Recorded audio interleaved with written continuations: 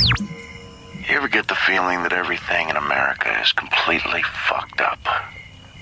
You know that feeling that the whole country is like 1 inch away from saying, that's it, forget it.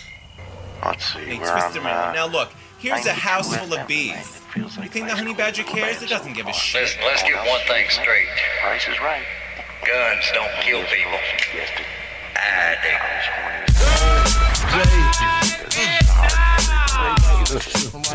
Dedicated to all the pretty girls. Stand up there proudly and say, God bless you. God bless you. I'm not ashamed. And I'm not. You act like your pussy your head's around. I don't have no trouble with you fucking me, but I have a little problem with you not fucking me. Baby, you know I'ma take care of you, cause you say you got my baby and I know it ain't true. Is it a good thing? No, it's bad, G. For good or worse, makes you switch. So I walk on over with my crystal. Bitches, niggas put away your pistol. No, they won't be having that in this house. That's not impossible. So check out Liberty Tree Podcast. Now that you heard my charming voice, you couldn't get another nigga. The coochie won't get moist. If you wanna look good and not be bummy, yo, you better give me that money. Hey, baby, I got your money, don't you worry. I think some apologies are in order. Baby, Biz Marquis? Negative. Oh. No, come on. They're literally That's saying, not a hey, hip hop guy. I love playing hip hop for Max. He just like pulls a name out of the hat. It's like if it's not Public Enemy, I'm like, I have no idea who this is. what's going on? Jake, you know that They're was literally saying, hey, dirty.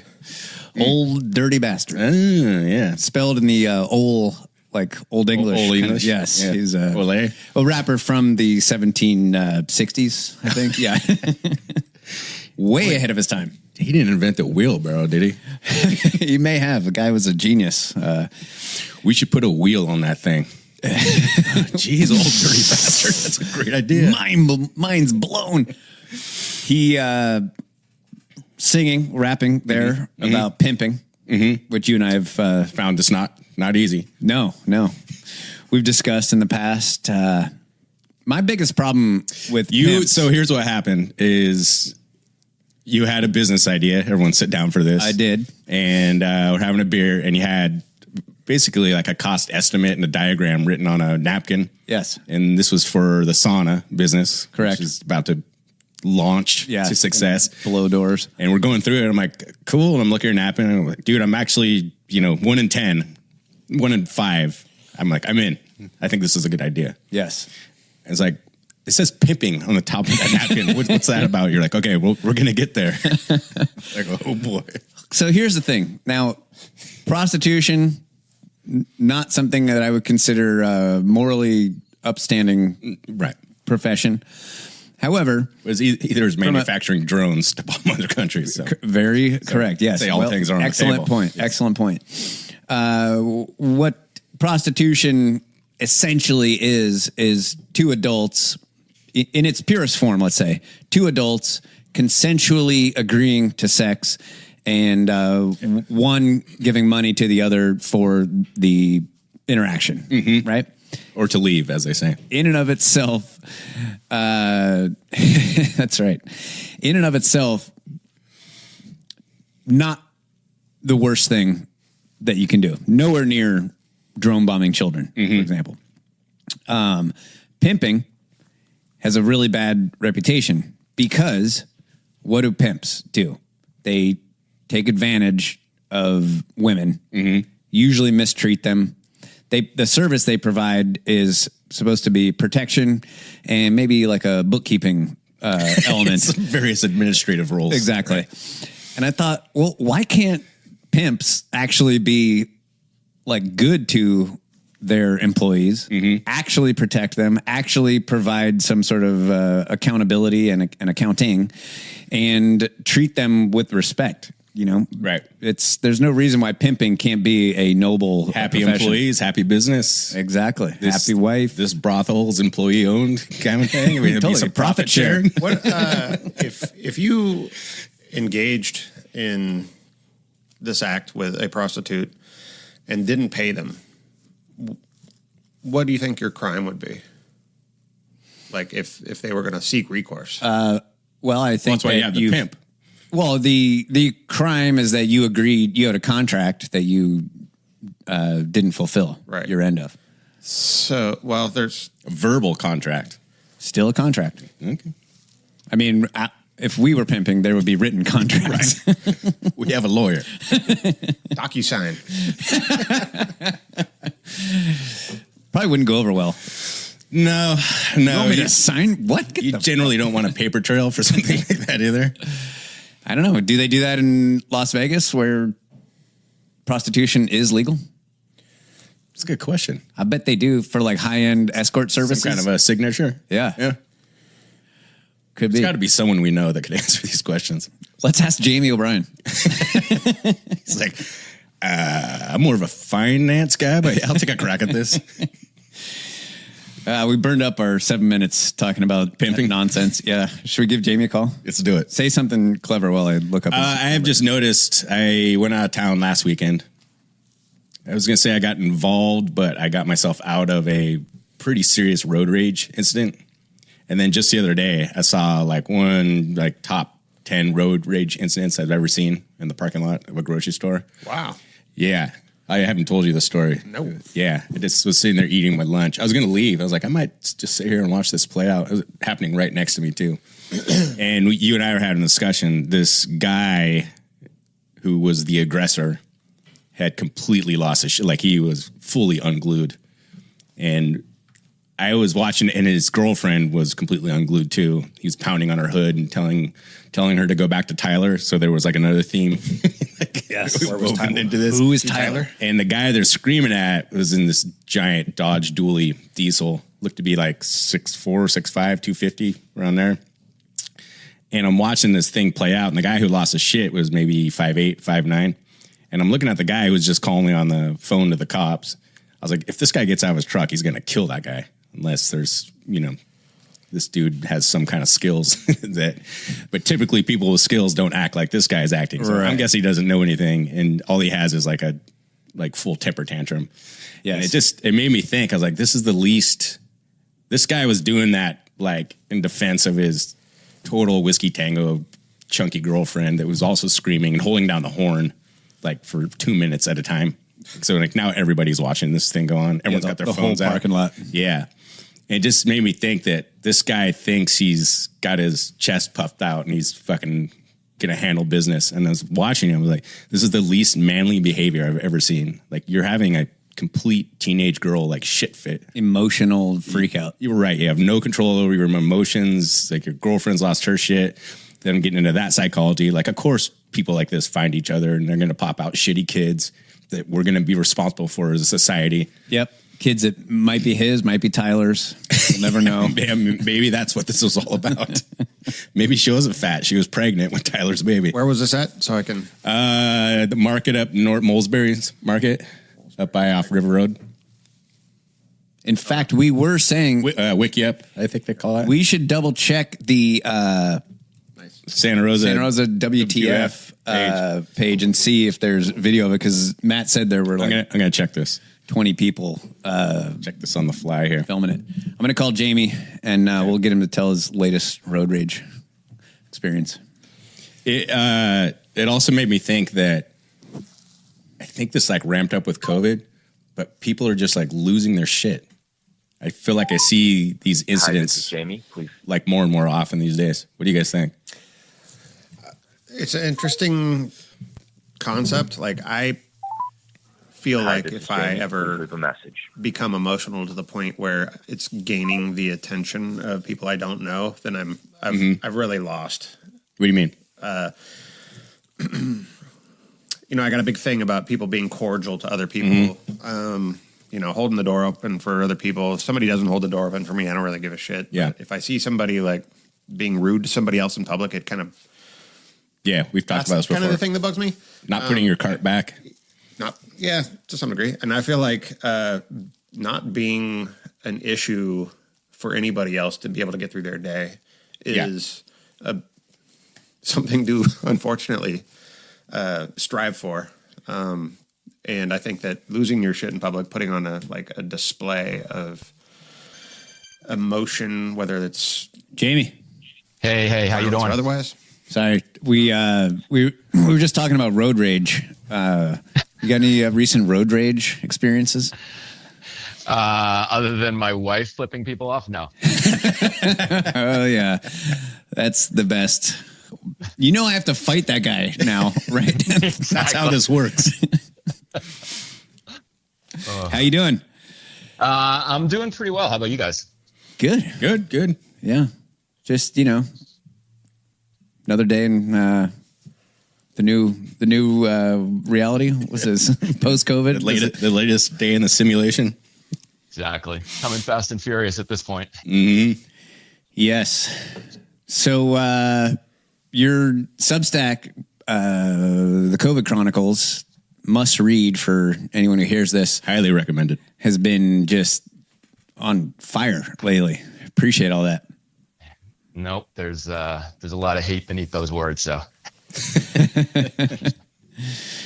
I read some of it out loud on one of our last episodes, and I love the way that you write, and I would kind of classify it as like every sentence is written in the headline style, which it's a pleasure to read, but I noticed that reading it out loud is very challenging. Yeah. I think you got to almost read it in sort of a screaming at the sky voice. Totally. So Jamie, maybe just for anyone that hasn't heard the first episode that we did with you, you want to give like just a kind of a quick background of where you came from and. Yeah.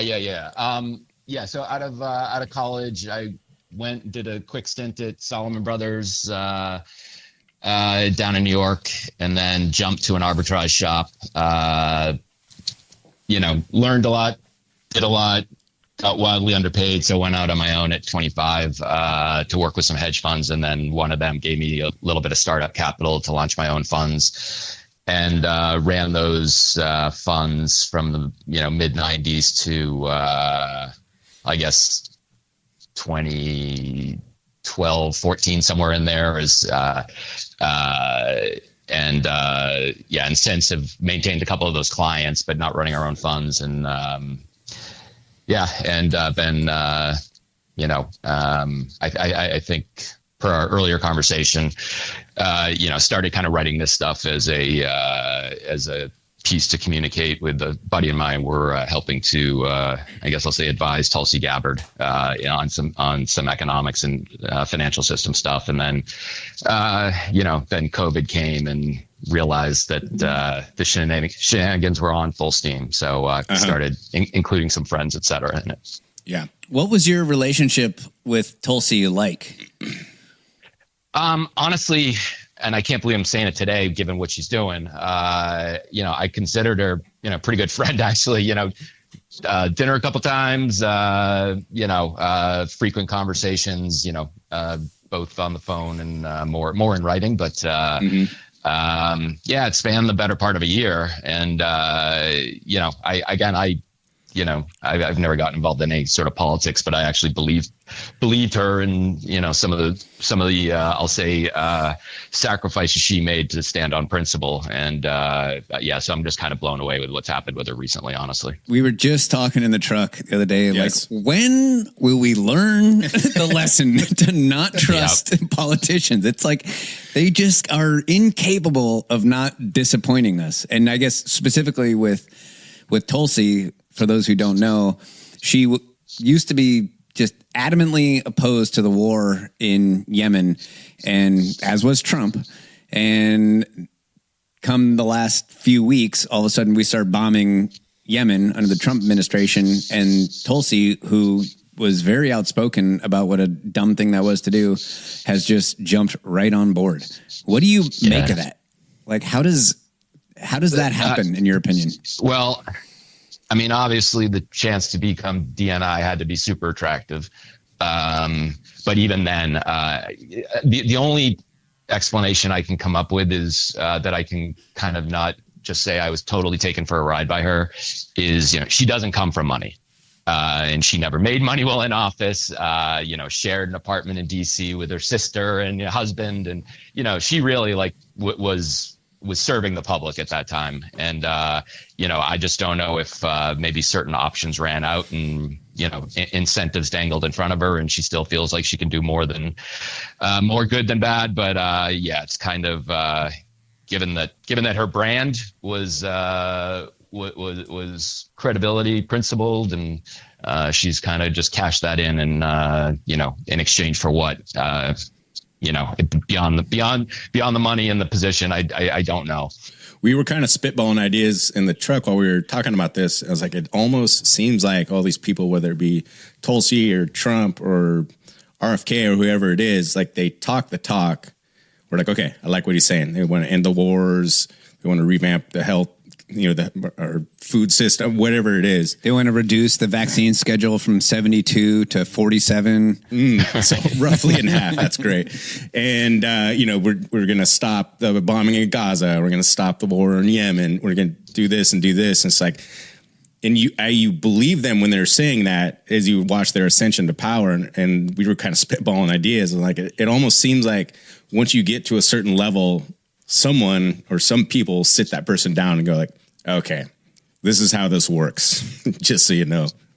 Yeah. And the thing that gets me though, is she knew that, you know what I mean? Right. Like she saw the inside there, Trump via Bannon tried to get her involved in his first term. She held out.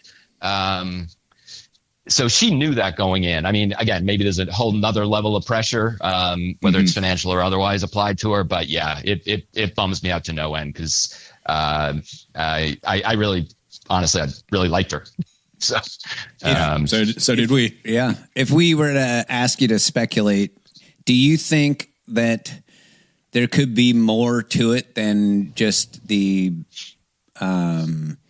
prospect of benefiting financially? Like, there's been a lot of talk recently about blackmail in DC, Hollywood, all over the Jeffrey Epstein stuff. Someone like Tulsi, who didn't come from anything, doesn't seem like she had any sort of skeletons in the closet. Could she also be subject to this sort of blackmail if such a thing actually exists? I know I'm asking you to kind of guess here. Yeah, look, I'll put it this way.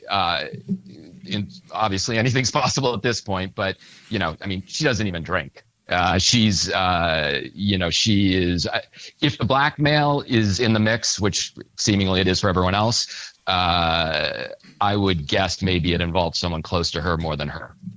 Would be my instinct, and I don't have an idea who that person would be, but just given how many conversations she and I had, like, she just wasn't fucking around on, or at least through a year after she dropped out of the campaign, like she was rock solid. Yeah, it's heartbreaking. Yeah. Like, if Tulsi isn't the real deal, then who is? Yeah, right. Does Ron Paul get into office and then he starts bombing Yemen? Like, at this point, it'd be like, well, maybe that's partly why he never got into office. Maybe the answer was no there. Good point. Yeah, good point. You kind of got onto our radar when COVID happened. Well, you got onto our radar after this, but the thing that we were really attracted to your work by was when you started writing about how the whole COVID pandemic was orchestrated in order to stave off the repo crisis of 2019 and justify the printing of $5 trillion. So just for a little background for people, what is your focus right now? What are you seeing and what are you writing about, just to kind of summarize for people that don't read your Substack? Well, everything's through the bigger lens of our financial system is collapsing.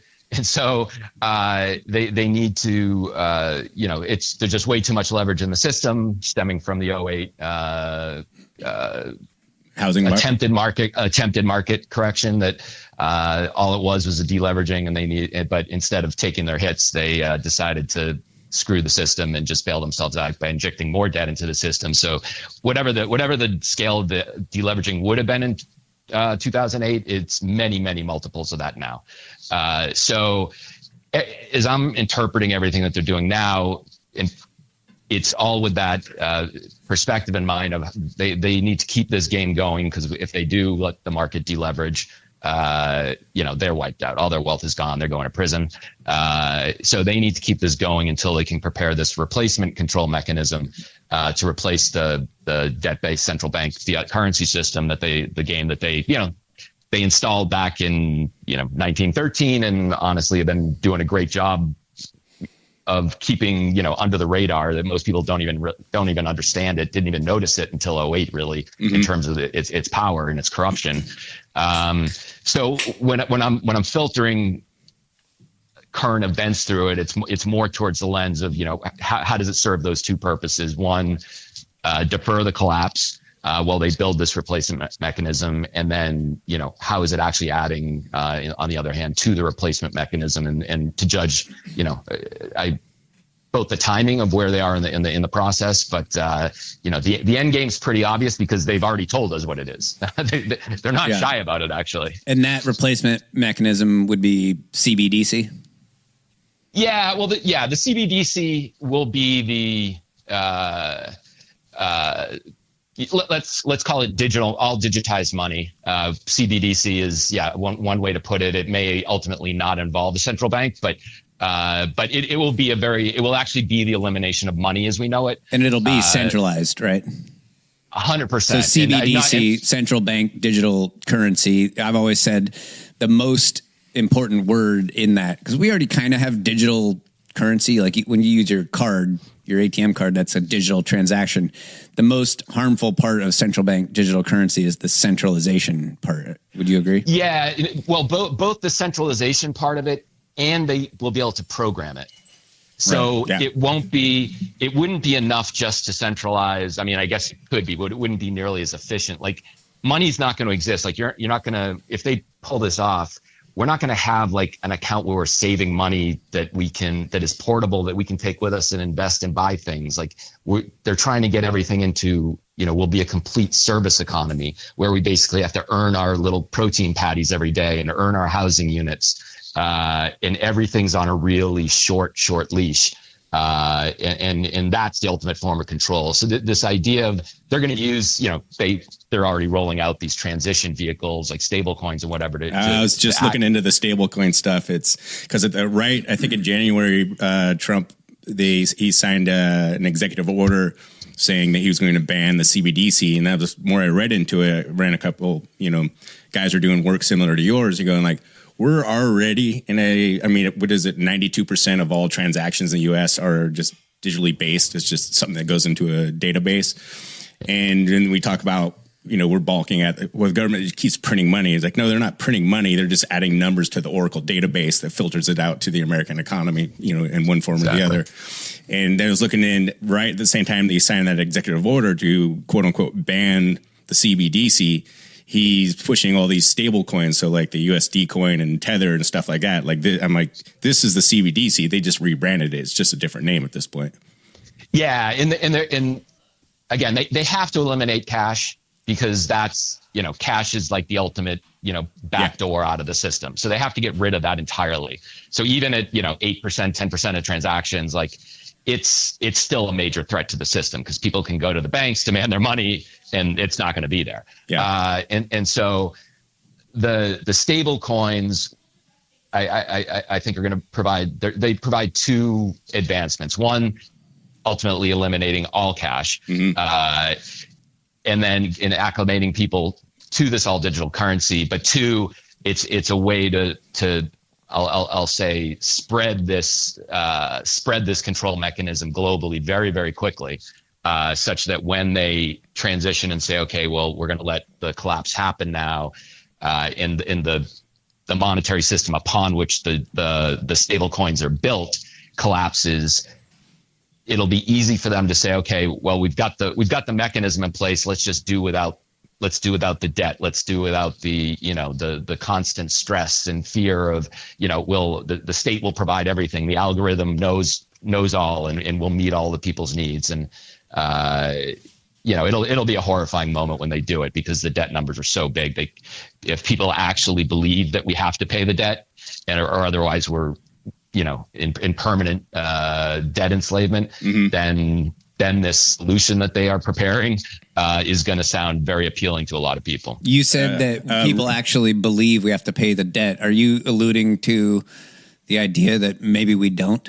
A reset of sorts? No, I'm thinking like, why can't we just say, fuck off, we're not paying you, declare bankruptcy, and walk away from the national debt? Well, we can, and we're going to have to, honestly. But it's only $36 trillion. But well, yeah, it's it honestly is going to come down to, who does the military, who do the police side with? Because there are going to be growing movements and they're going to say you're violating the law. Now they're also at the same time going to claim that while we can't reject the debt, they can through this grand debt jubilee, that they have the power to do that, but we don't. But in order to be relieved of the debt, we have to, accept their grand bargain, which is, give up control, give up ownership of everything. So it's not going to be an easy task to pull off. And I think the more people that are aware of what's going on, the better, because, their ideas don't really survive much honest competition, at least. So you mentioned earlier the timeline for this thing to take hold. Do you have a sense of where we are on that timeline? I always, just because I'm so confident in where we're going, I do tend to, I think, get a little bit anxious and believe, see what's coming. And so believe we're a little further along. So I have to sort of caution myself constantly with that. I do think, like these recent moves with these tariffs, which are going to be meant to, increase inflation, it probably means they're a little further away than they might be.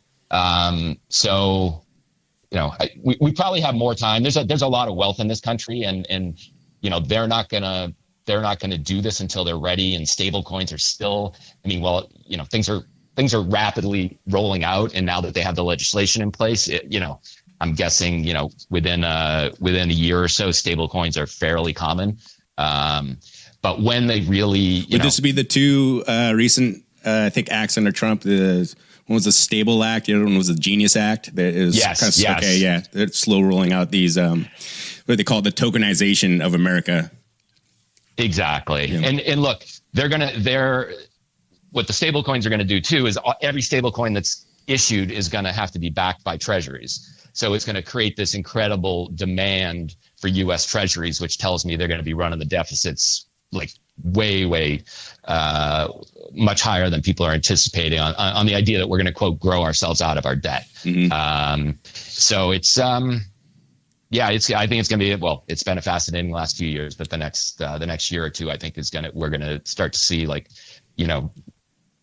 points along the Rubicon here that we're passing. And there'll be some, if there's going to be real resistance, other than, the ultimate battle of fighting it out in the streets, I think it's going to be time in the next 12 to 24 months for those to come to the table. What about the component of this that has always stuck out to me is that in order to really fully implement a social credit system,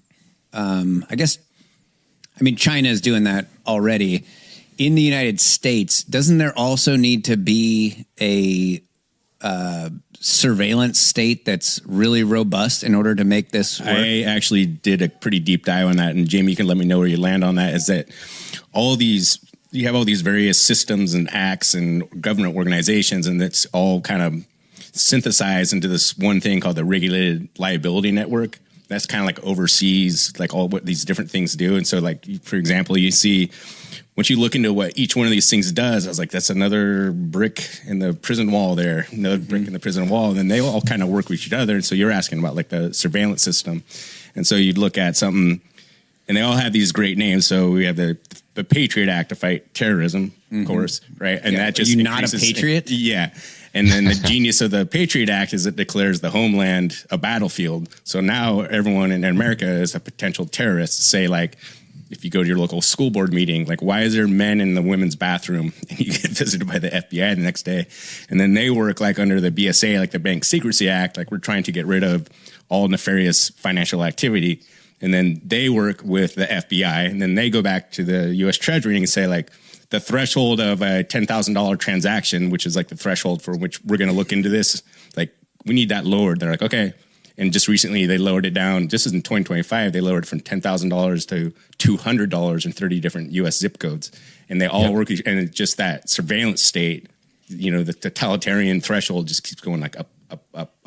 But they need a lot of computing power to make this work, right? And are they there? Yeah, well, look where. No, I mean, look where all that. I mean, hundreds and hundreds of billions of dollars going into data centers. I mean, one of my buddies actually runs one of the biggest data center companies in the country. What's his address? The world.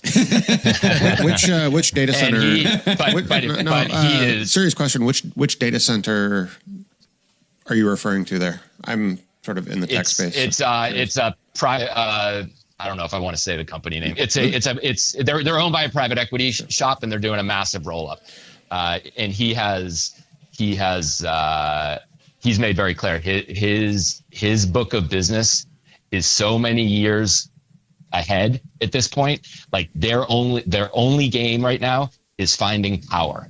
And so they are putting centers wherever they can get, wherever the power is, because the transmission rates are cheap enough. Wherever the power is where they're building these systems. And so it's you know, he doesn't have to. I think he was up to something like 7 years of business, like guaranteed, confirmed in the books, and the growth is spectacular. And it's, you know, there's only one reason they need all that the system needs that computing power, and it's the surveillance state. And that's why they're confiscating farmland all over the country, much to I believe we did an episode on the swaths of land that they're just taking by eminent domain in order to generate and distribute power all over the country.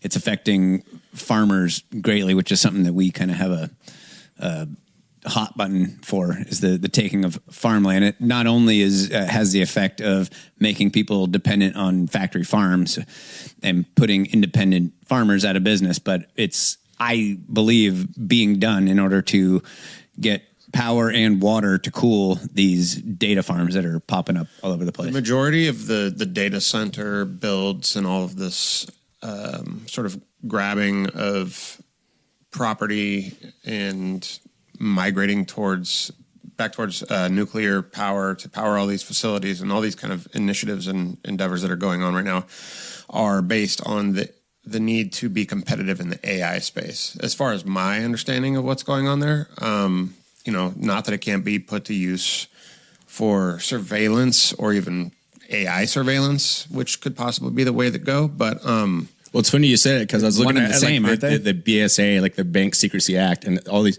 They're all increasingly relying on AI to conduct surveillance, right? Which should be terrifying. Yeah, I think, and Jake, I know you're probably a million more times tech savvy than I am. I kind of fade the AI trade in my mind, except as its role as a surveillance agent and a censorship agent. But I've played around with ChatGPT and seen that stuff. And yeah, I understand the excitement around it, but I also, I don't know. I tend to look at the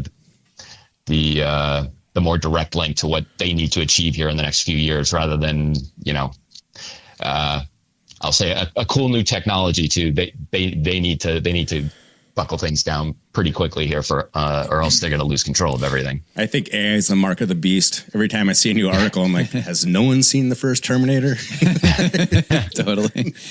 Can you go back? Jake, I will send you after the call. I'll send you the guys that data center company name, just so you have it. But if it's useful, all right. If later today we're having beers, Larry Ellison name pops up on Jake's phone, I'm going to be very disturbed.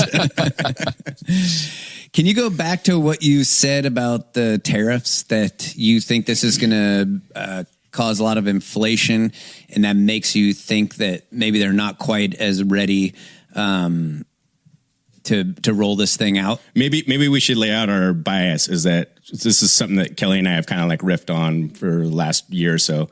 It's when you break down all these programs, because even when Trump comes out and says like, no, we're not going to do the CBDC, is the more you look into it, I'm like, we're kind of there already. And it's like they need that last like 10%, and then we've often kind of pontificated upon the point like I think they're kind of kicking down the road until the digital prison is totally built, and it's not completely built yet, and they just need a little more time to just get the walls completed. Sorry, go ahead. Sorry, go ahead. Oh no, you please. No, so the tariff regime here is kind of fascinating because they're rolling this out as reciprocal tariffs, but they're anything but that. They're not. Right. So he's they've done this kind of blanket 10% on the world, and then they come to this formula of how they're applying it across different countries, but they're presenting it as if these countries are placing tariffs on imported U.S. goods, and some of these just not at all, and they're certainly not to the magnitude they're talking. Like case in point, I'm just like was writing something this morning. I'm hopefully going to get out in the next day or two. But you look at a country like Cambodia. They say Cambodia has a 97% tariff on U.S. imported goods. It's just not true. It's like calling the common cold COVID. What it is we have like $10 billion in bilateral trade with Cambodia a year, but like 97% of it is us importing Cambodian goods, and the other 3% is Cambodia importing US. So they're saying there's a 97% trade imbalance, which they're calling a tariff, which it isn't. And so they're levying, coming up with a formula to say, okay, well, we want to net that to zero. So so they're imposing 40-something% on Cambodia, apparently. Which is so all you would have to do to net that to zero is just get them to get us to stop buying their shit. If we didn't buy anything from Cambodia, boom, now it's at zero. Like, how is that right? A win? Or the Cambodians who have a GDP per capita of under $2,500 a head start all buying F-150s. It's just it's so they're saying that Cambodia is somehow taking advantage of us, rather than they're just tiny and dirt poor. But so on its face, not only is it misrepresented, shocker, but it's actually there's another leg to this that I don't think I've seen people link to yet, which is this guy, Stephen, I don't know if you say his name, Myron or Moran. He's actually at a hedge fund, the occasional client of mine, Hudson Bay. I don't know him personally at all. But he is one of the voices apparently in Trump's inner circle right now on the economic side. And he has this wild paper that he put out right around Trump's election talking about this tariff system. But if Trump is following, if the Thiel administration is following this playbook, then what we're going to see next is they're going to create effectively a perimeter fence. And if you want to be on the inside, you can have U.S. security guarantees. Oh, and by the way, you've got to use all U.S. dollars, and you've got to buy, they're going to start rolling out either 100-year or even perpetual U.S. Treasury bonds, which those companies are going to have to buy as a way to effectively show their allegiance to the U.S. And so if I'm understanding this correctly, this is like basically rebranding the petrodollar, for example, right? Exactly. And of course, now if this is all digital, it's going to happen much more quickly. So you're going to be able to infiltrate their societies with digital dollars. And there's our stable coins. Exactly. And so, but it's crazy how blatant they talk about it. And so that will be for countries that enter that sort of security zone within the perimeter and basically commit their countries to our treasuries, they will get tariff relief.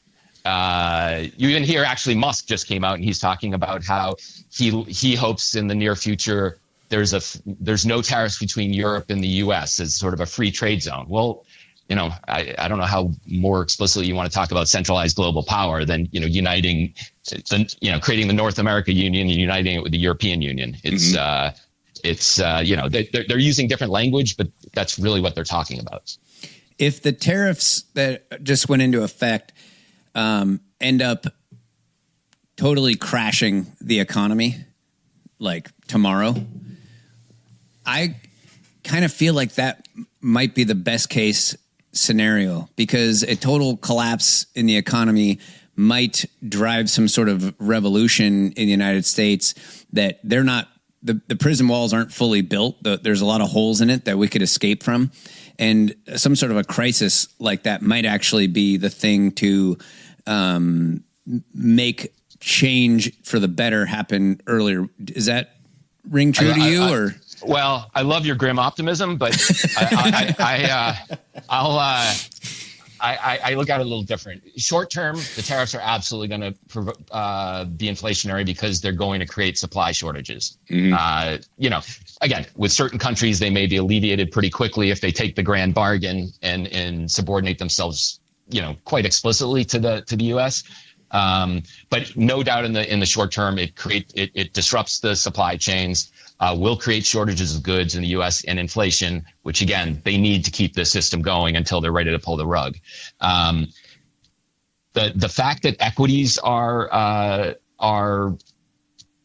taking a dip here, color me impressed if we see them down 50%. They're not going to let that happen. So what you are seeing, and which is a much bigger component of the bank's holdings than stocks, are bonds. And they're driving down the 10-year right now, very intentionally, and they're quite explicit, like that's what they want to do. So they are, they're going to begin to roll out this picture of why we can take on more debt, because interest rates are down, so borrowing costs are going to be lower. They're also going to try, again, if they start terming these things out to century bonds, it's clever. I mean, it's not going to solve anything. But it will stave things off for quite a while. And I again, the banks need lower interest rates more than they need higher stock prices. Do you see any off ramp between now and the day that those digital handcuffs are laid in front of you, and you're given the option to either put them on or starve to death?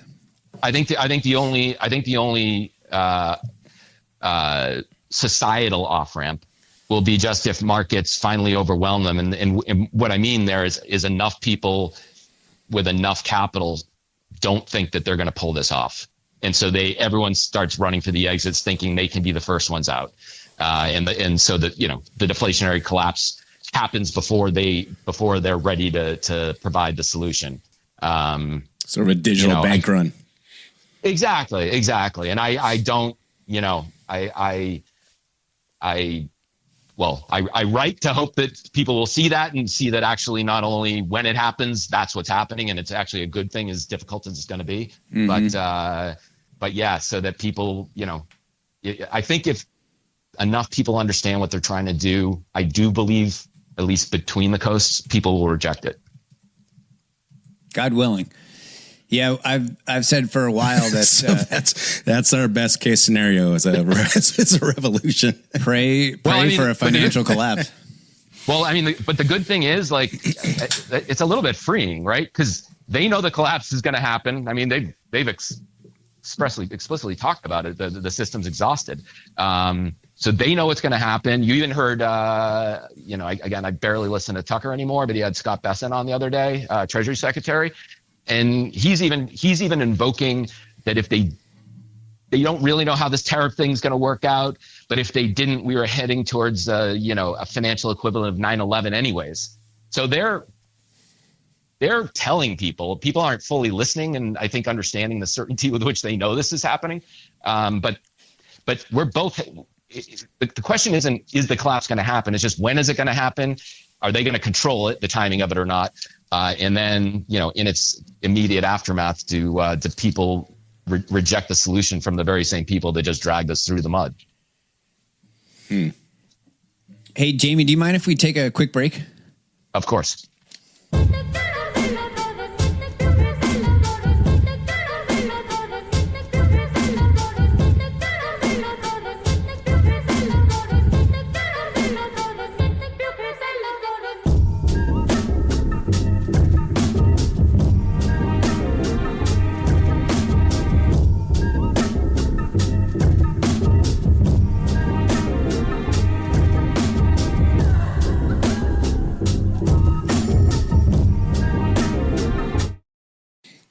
Well, this has been a little disappointing because the more I looked into this stuff, it just got darker and darker and darker. I'm like, maybe Jamie will come on and say like, well, I think you're kind of misunderstanding a lot of the stuff because you're not from this world. Yeah, because that's my brand. Exactly. Jamie, is just a ray of sunshine. Hey, no, there is, if you want, Teal and his guys do have an off-ramp. They're looking to create their own countries. I'm guessing, Matt, this is up your alley. The network state to replace the nation state. So they've got their own little utopia they're planning to escape with. And actually, that those plans are. I'm just getting my feet wet into this thing, but the potential acquisition of Greenland actually came out of this crew originally, where they they're looking at. Yeah, they're looking to buy, they have this thing going on in Honduras on some island off of, and I think they're getting kicked out of there right now. But oh, really? I was actually thinking of moving there. But yeah, it's so they are planning an escape. How do you see that as an optimistic thing? Because that sounds like maybe like something only the elites will be allowed to do. Is that do you see optimism because we could do that? No. Well, it is optimistic because the first thing that popped in my mind is you said like, Matt, there is actually a way out of this. And I thought there'd be like, Canada has that assisted suicide program. They're going to be rolling that. Exactly. But my only point of mentioning that is in terms of an off ramp. These tech guys have been quite explicit too that they see this system collapsing, and they're being creative in their plans to escape it. Hence all the technocrats building these giant underground bunker apocalypse ranches all over the world. Exactly. Do you remember during the campaign when I believe it was Vivek Ramaswamy, right before a speech that Trump gave to the Libertarian National Convention, he kind of like told him what CBDC was, and he went up on stage and he goes, and there will be no CBDC, and the crowd just went wild. He's like, wow, first time I've ever said that. Yeah, I had no idea this was actually a thing. And after that, I think my imagination of what went down is Trump was like, man, those people went wild for CBDC. What is that? And then they explained to him what it was. And he was like, so it's kind of like go on, like a get out of jail free card or like a bankruptcy for the dollar. And they're like, yeah. And then it like lit this light bulb in his head. And he's like, fuck yeah. And now it seems like he's all in on it. Yeah. I mean, it's just not called that. Who's his guy, Witkoff there, who's like, doing the deals with Ukraine, whatever. Again, I swear I don't really listen to Tucker, but he had a really interesting conversation with Tucker as well, really openly talking about this. And Witkoff's son is launching, I forget which company, but they've got their own stable coin they're launching. So I don't think Trump understands any of this, but it doesn't matter. He just knows, he knows what he's supposed to say, and he says it with enthusiasm at this point. We got tricked again. Yeah. I didn't even see it coming. That guy.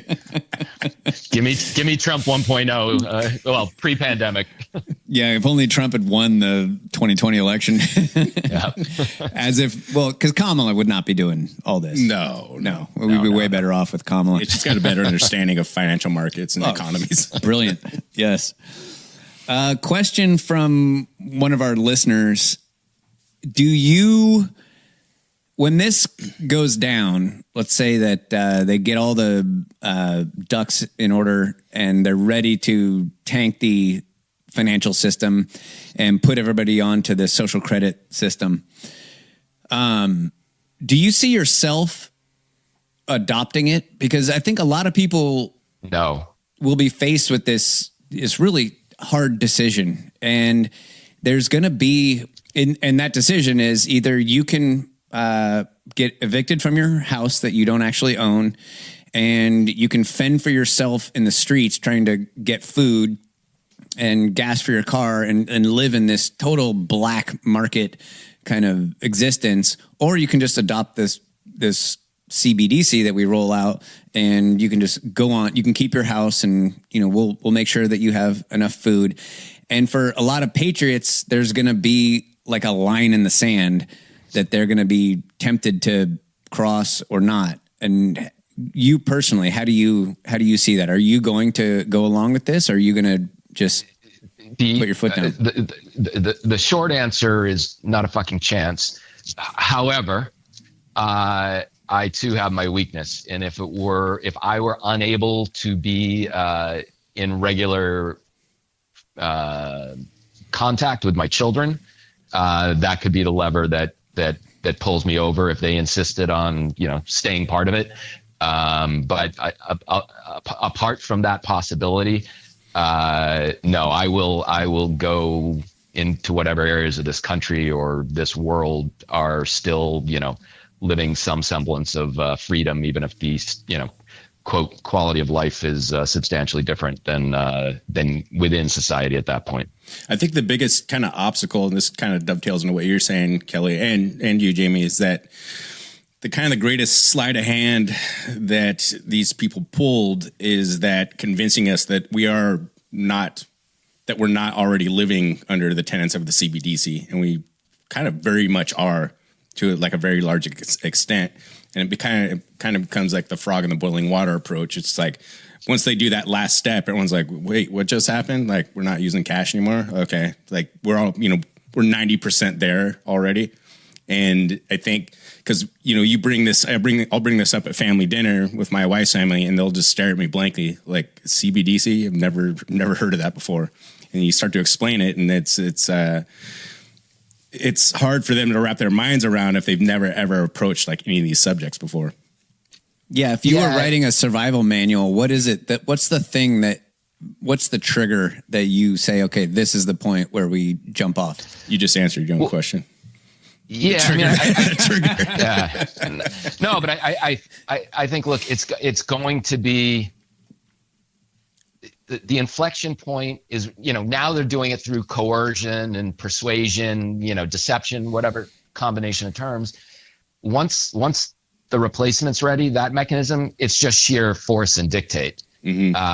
And once the handcuffs are on, well, I can't possibly imagine living in that society and waking up every morning and looking at myself in the mirror, having known what life was like before that. Mm-hmm. I just, what's the point? And having warned everyone and been trying to put the word out and predicting that this was going on. How could you adopt it? I just wouldn't want to, again, there will be, it may be God knows where, but there will be places to go. And there will be communities that form, and I will find those, and I know some of my like-minded friends will as well. We'll finally get to meet you in person. Yeah, exactly. It's a gulag waiting station.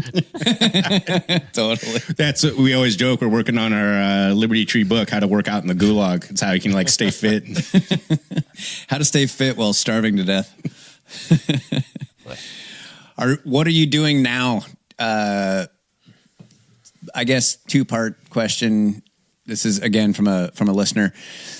What are you doing now to prepare for that financially? And then my question, physically, what is your plan for preparing for this? We never owned any weapons until the last couple of years. We do now. I think I may have mentioned before, we've been gardening a bit, learning how to grow our food, see what works, what doesn't work. I am trying to encourage my wife for the two of us to hit the road this summer, kind of meander around a bit, head up to Alaska, maybe check it out. Nice. And just, and then I think, our next winter, thinking if we can pull it off, maybe head over to Southeast Asia for a couple months and just kick around and see what's going on. Just, have a little fun, but become more well acquainted with potential alternatives. Financially, there's really not so many people ask me this, do you own gold? Do you do this? Do you whatever? And, at various times, I've owned a lot, physical, whatever, but this isn't a trade. Anything short term, sure, there might be good things to do there, but I'm not really focused on that at this point. That's interesting. That's how I kind of, I subjected my wife to yet another one of my dystopian TED Talks over dinner. And she's very solution oriented. She goes, what can we do? It's like right now, the more self-sustainable we are, the better off we are. Right. So chickens, garden, canning, we have our own home defense. You know what I mean? Like we do keep the circle as tight as possible. And I'm like, here's the bright side. If I'm wrong about everything and everything's going to be peachy and the economy's going to recover and, I just misunderstood all this, it's just a net benefit to us anyway. Absolutely. Yeah. And again, I have no ability to predict the timing with any level of precision here. And there's, I can't imagine this country accepting what they're going to roll out at this point. So conditions, I think, are going to have to deteriorate pretty substantially from here. And that might, how fast or slow that goes, I don't know. I think it's totally dependent upon, either the market overwhelming them or otherwise them. It's set by the pace of when the digitized currency is fully ready to go. What do you make of what's happening in Europe right now? Are they completely in lockstep with the United States and kind of a global control of everything? Or is there a battle going on? Because I know Tom Luongo likes to talk about how there's a war happening between the central bank of the United States and the European Union, and they're kind of duking out who's going to be on top. Do you have any input on that? Yeah, I mean, look, I think if we weren't in a situation where this, the system was done, then I think all those things of, the BOJ versus the EU versus the Fed, like all that stuff is real and relevant, and there's competition. But the same people that control the EU central bank and the Fed, I mean, they're all joined at the hip here. So, Europe is in much, much worse economic shape than the U.S. Mm-hmm. And they've also given up so much of their political sovereignty already. When I started to hear Elon talking about the free trade zone with Europe, and you've got, Trump talking about Canada's the 51st state, and you've got, trying to acquire Greenland, that's the global roll up. And, you might see a break here where, you have, I think was 1984, right? You have Europa, Oceania, you have kind of basically three blocks developing in the world. And so whether it's, 2 or 3 or 4, I think that's what they're talking about doing. So I think all the, they just, outlawed Le Pen from running, right? And she was going to win in France. Right. The Romanian guy who got elected and then not. These guys are all on the same page because they're all joined at the hip. I think this idea, this anti-globalist MAGA movement somehow isn't seeing the globalization happening because in theory, the U.S. is the one that's dominating everyone via Trump. But in reality, it's the same. It's no different than if France were taking over, it's substantively in terms of, these people are all controlled by the same folks. And so I think it's just packaging. I think there's about as much disagreement as there is with between, the Republicans and the Dems and at least at the higher levels of the parties, there is none. Right. Yeah. Will Russia and China fall outside of this system? Well, China's like the model they're going to try to follow, right? So, again, until they eventually could, in theory, go to a truly one world government, and who knows, how long that would be, it's going to be useful to have like an enemy, right? So it seems as though, at least for however long, they're positioning, Russia and China, I guess maybe throw Turkey into that potentially, Iran,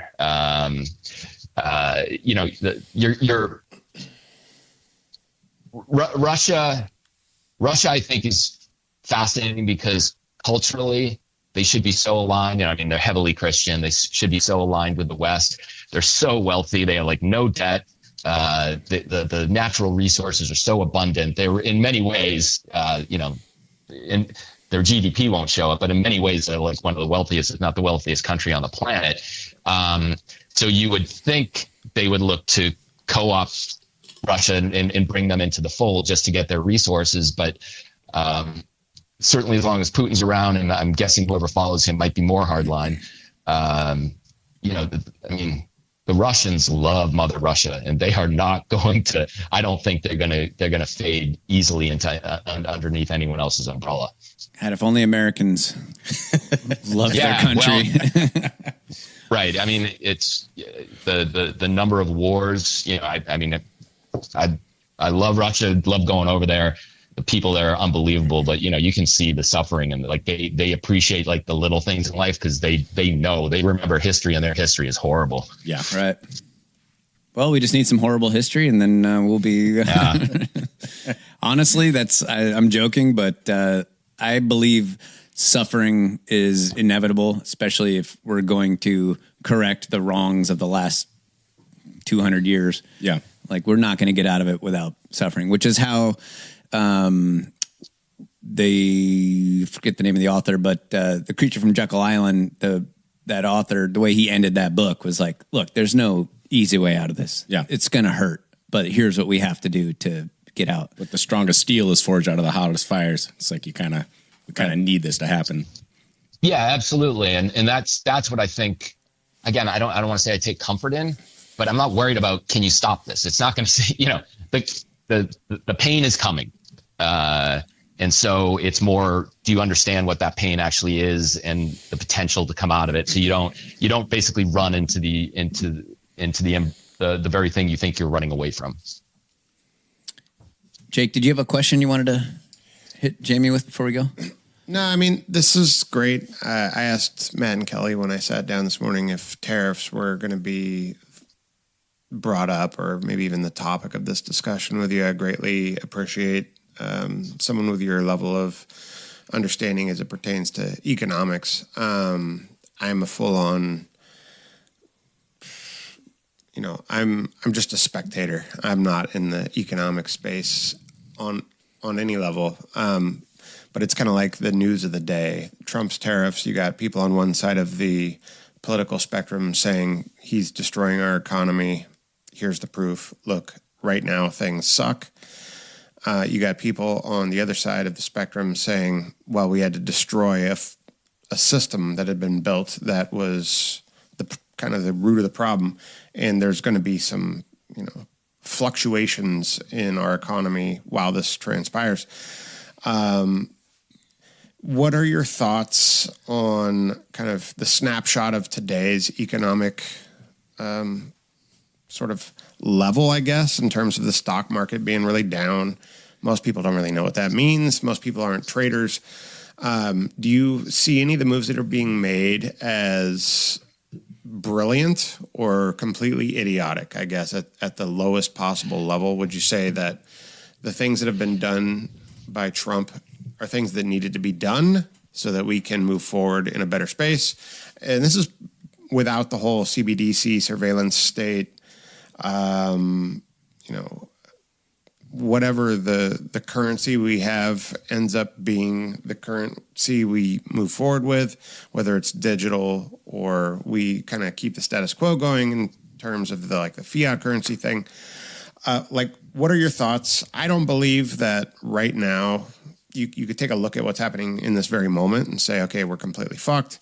I think the political people throwing this is what's happening now and we're screwed because of it is just noise. We shouldn't pay attention to it. Where are you at with the long term? Where do you see us in a year from now? If I can kind of can I just tag on to that too? Do you see any optimism for the Trump administration? Look, better said. The notion of bringing manufacturing jobs back to the States is clearly warranted. It's certainly for certain goods, right? I mean, it's insane, the globalization movement, what it did and all the offshoring. You don't do it by putting a blanket thing, tariff on the world on April 2, 2025 and say, we'll figure it out now. To really bring jobs back, to bring not only the capital to support those jobs, but to relearn the work skills and develop the work skills. I mean, it took us a few decades to undo it. It's going to take a few decades to bring it back. So the sort of blunt force trauma with this April 2 announcement, again, I don't, it's kind of noise, like the market being down, 9, almost 10% the last couple of days. I mean, whatever, the market's so inflated, it's ridiculous. Do I think on the cultural aspect, we don't have guys beating the shit out of women in sports, and I think around the edges there's some sanity, but I also think those are designed to distract us as much as anything. So would I I look for optimism because again, some of the things they do are again, the idea of putting tariffs in place to bring jobs back to the U.S. is a good thing. Objectively, how they did it is it's kind of a clown show and it's a circus. And I don't think it's meant to really do that. I think again, if you read it with that other guy's paper, Stephen Moran's paper, I think it's the opening act in a bigger salvo. But do I believe that a year from now things will be better? They'll give us some stuff. Some stuff will be better. I'm sure if they, if they let markets go down, say another 10%, maybe even a little more, the tariff crisis would be another nice excuse for another bailout to bridge the liquidity gap. And so that could be playing, we'll know it if it pandemic. happens. Well, it could be. Again, I think they like to mix it up a little bit, but who knows? They're running out of tricks. So, I think they haven't done the big climate change thing. Aliens, That's true. Might be a thing. Aliens, yeah, we got aliens on the table. I think one thing to keep an eye on though is, remember Bill Ackman's shop Pershing Square, who, we're all, hell is coming. We got to shut down the country. And it turned out he had a, multi-billion-dollar hedge on his entire book. Look a month from now, maybe 2, when his returns come out, because you'll know how well informed certain investors were that this was the plan, both in terms of to shake things up and when they're going to spike the punch bowl one more time. And he'll be right. He'll be on both sides of it. He's just among the worst ever. The more I was looking in, I was thinking about the first conversation that we had with you. I was reading your articles, and we always liken it to the idea of this financial collapse. Well, they keep just kicking the can down the road, kick the can down the road, so we don't have to deal with it now. And it's like we're kicking the can down the road of a dead end street. Like eventually we're going to get to the end of the street, and there's nothing that we can do. And I was thinking about the various kind of disaster scenarios that eventually try to get rolled out. And this is a very perverted and dark way to spend your time thinking, but I enjoy it. I've been thinking about the COVID regime was one of the most just insane periods that probably the most crazy part of my life, to look back on. I think a lot of us would agree with that. And then you look at what they keep trying to roll out. So now everything is being viewed through that lens. I'm like, okay, bird flu, didn't really catch on, or the lesser known eagle flu that we keep bringing up. And, then it's, we got proof of UFOs, and I'm like, okay, is this another thing? And it's a dark way to think, but I keep thinking of I wonder what the thing is going to be, because it's got to be bigger than the last thing, which was the biggest thing that I went through in my life. I'm like, it's going to be something it has to be the most fantastical, terrifying thing we've ever heard of, but it also has to be believable at the same time. And I'm eventually almost looking forward to the propaganda They're campaign. going to run out of things, right? And they got to be there's a think tank somewhere just keep snapping their pencils what the fuck? We need something bigger than COVID. We went too big on COVID. I told you guys at the time, we went too big on COVID.